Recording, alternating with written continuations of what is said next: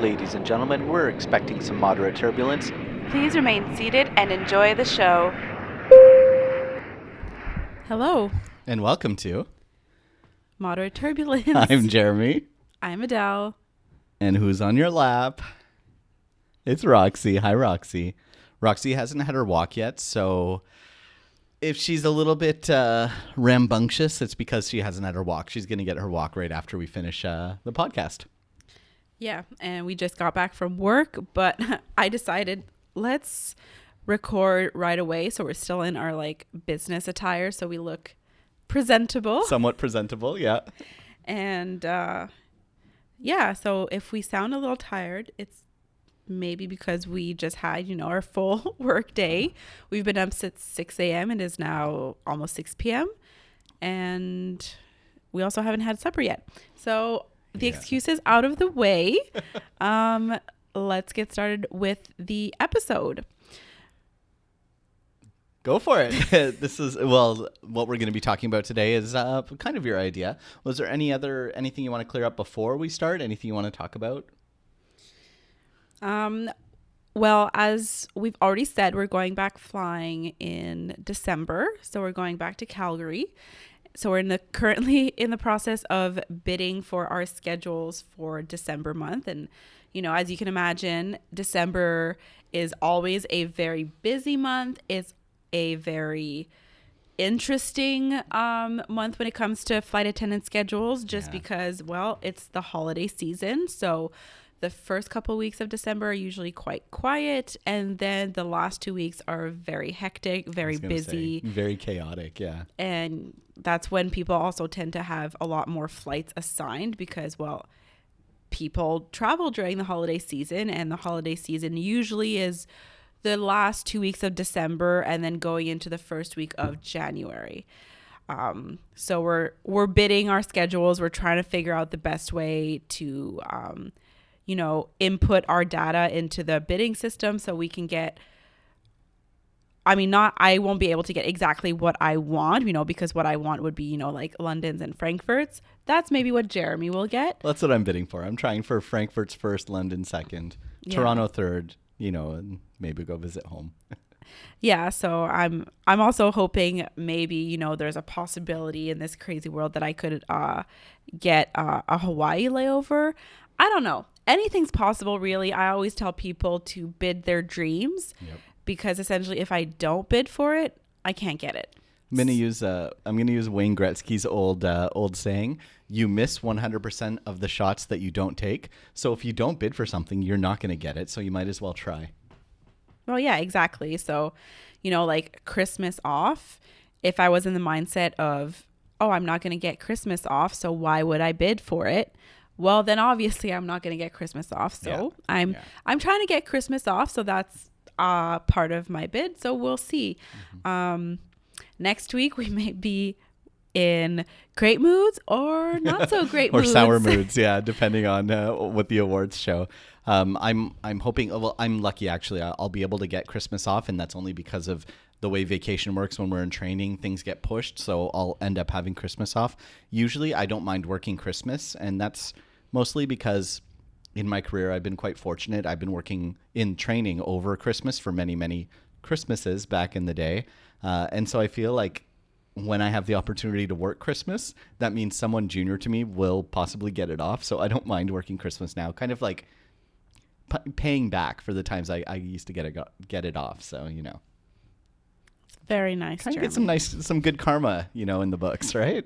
Yeah, but then if you work Christmas, you also kind of, as a general rule, you might get good or better flying depending on what that definition is for you. So so we'll see what the bidding gods have in store for us. Fingers crossed. We should have our schedules by the end of the week, I'm guessing. Hopefully, yeah. Fingers crossed again. We'll see how the bidding goes.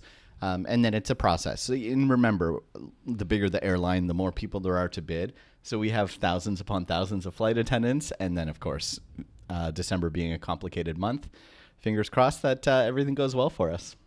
Yeah, so we shall see. So we'll definitely update next week. And yeah, let's get into today's episode. It's not going to be a very long one. We just have a couple pieces of aviation related news to touch on. Unfortunately, both of them are quite sad. Sad things this week. Yeah. But relevant.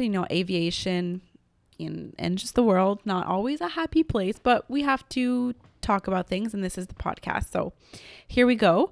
The first news to talk about is the passing of Mehran Karimi Nasseri, which was the Iranian refugee who made Charles de Gaulle Airport in Paris his home due to some unexpected loopholes of visas, immigration papers, all these things that made him unable to enter France and also unable to return home to Iran.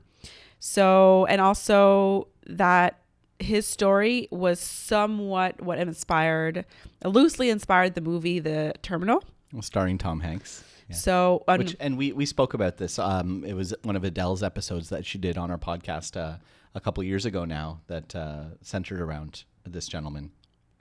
Yes, exactly. We've done a full episode about him, so we won't go into much more detail, but he passed away last week on November 12th at the age of 77.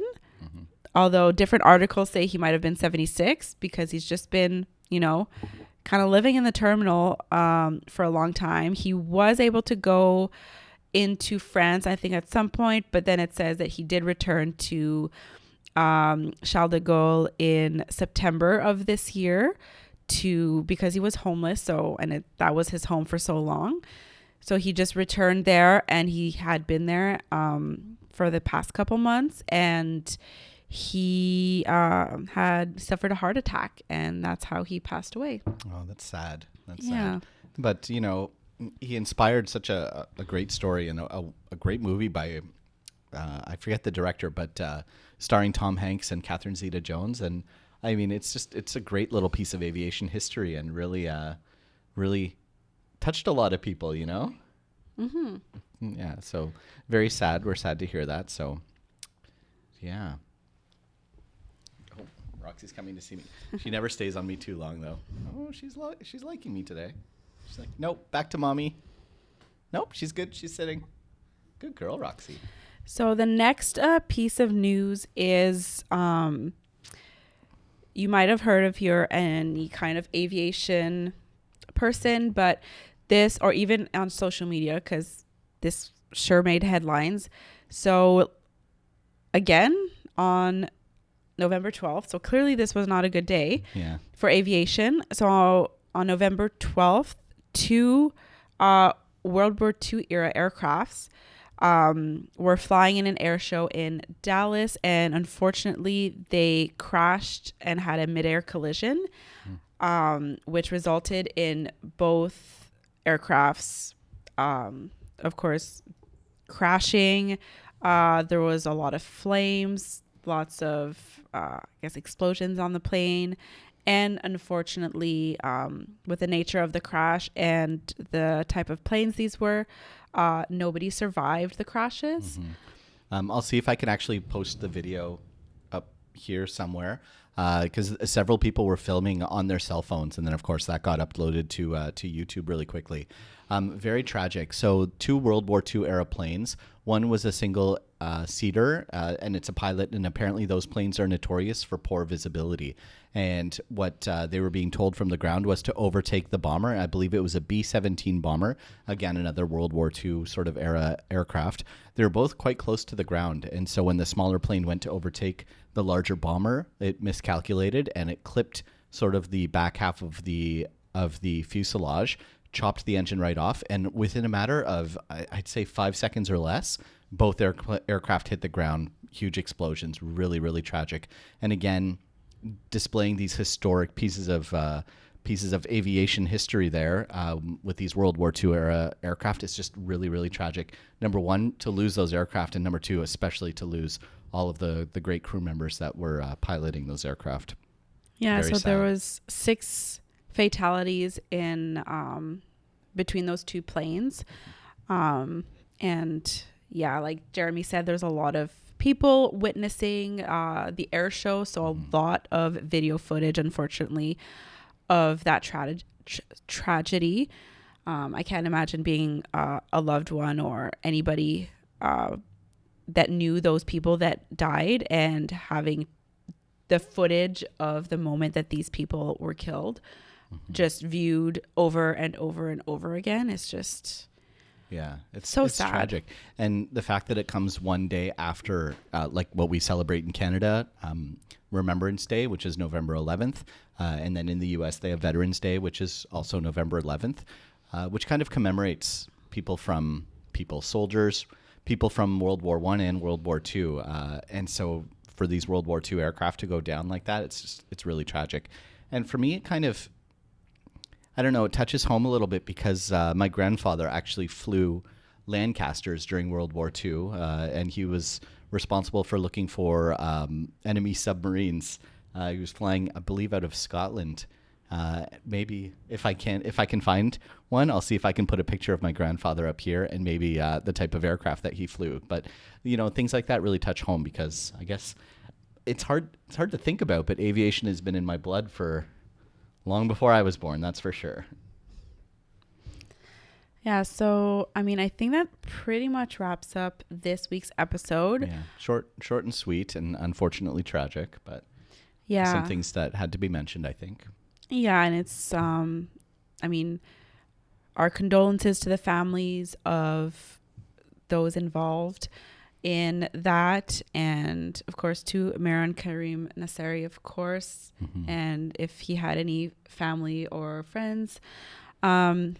His story seemed like he was very much of a loner for most of his life just because of the circumstances of his stay in Charles de Gaulle. However, people must have just interacted with him a lot, people who worked at the airport as well. So, two sad events. And I didn't even realize until I was just had it in front of me. They both happened on November 12th. Yeah. So a sad day for aviation on this past Saturday. And we talked about it. We were like, we have to talk about this. Oh, and this too. So two sad events. But like we said, I thought it was, sort of a solemn episode.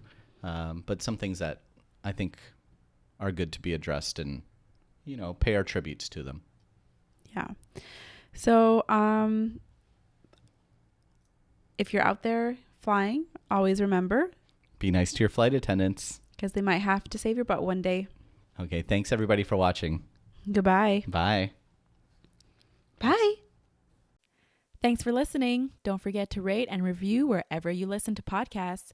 We have new episodes every Wednesday. Don't forget to follow us on social media at Moderate Turbulence on Instagram, at Mod Turbulence on Twitter, and follow us individually on Instagram at HuffyJ and at La Delvie. Thank you.